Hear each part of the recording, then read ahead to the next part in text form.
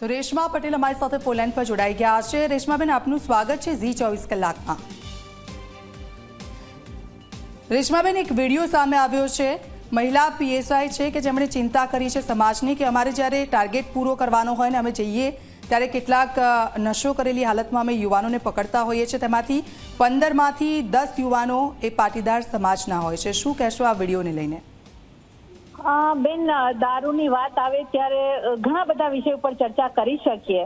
પટેલ સમાજની વાત કરું તો વાત સાચી છે કે પટેલ સમાજમાં પણ દારૂનું વ્યસન વધી રહ્યું છે, પણ એની સાથે સાથે મને એ પણ ચિંતા છે કે ગુજરાતમાં ગાંધીનું ગુજરાત છે ત્યારે દારૂબંધી છે તો દારૂ આવે છે ક્યાંથી, એ પણ મૂળ મોટો પ્રશ્ન છે।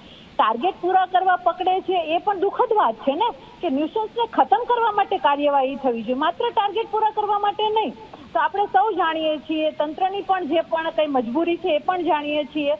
અને સમાજની વાત આવે તો હું માનું છું કે ખાલી પાટીદાર સમાજના નહીં, અન્ય સમાજના પણ દીકરાઓ જે ઘણી બધી વાર આપણે જોઈએ છીએ કે ઘણી બધી ઘાતક ઇન્સિડન્ટ બને છે ત્યારે સામે આવે છે કે ભાઈ દારૂ પીને આમ કર્યું હતું, દારૂ પીને તેમ કર્યું હતું। તો હું માનું છું કે આ ન્યુસન્સ એ આપણા યુવાધન માટે ખૂબ જ ખરાબ છે। જે યુવાધન પાટીદાર સમાજનું પણ એ માર્ગે જતું હોય તો અમારા માટે દુઃખની વાત છે ને એના માટે ઘણા બધા સામાજિક સંસ્થાઓ કામ કરી રહી છે, પણ સાથે સાથે કાનૂન વ્યવસ્થાએ પણ અને સરકારે પણ આમાં ધ્યાન દેવાની જરૂર છે કે ગાંધીના ગુજરાતમાં દારૂ નહીં તો નહીં જ। શા માટે હપ્તાઓ લઈને સાઠગાંઠો કરીને કહેવાય છે કે બોર્ડરો ટપીને દારૂ ગુજરાતમાં આવી રહ્યું છે, અન્ય સમાજ અને અન્ય યુવાધનને પણ આ નુકસાન કરી રહ્યું છે।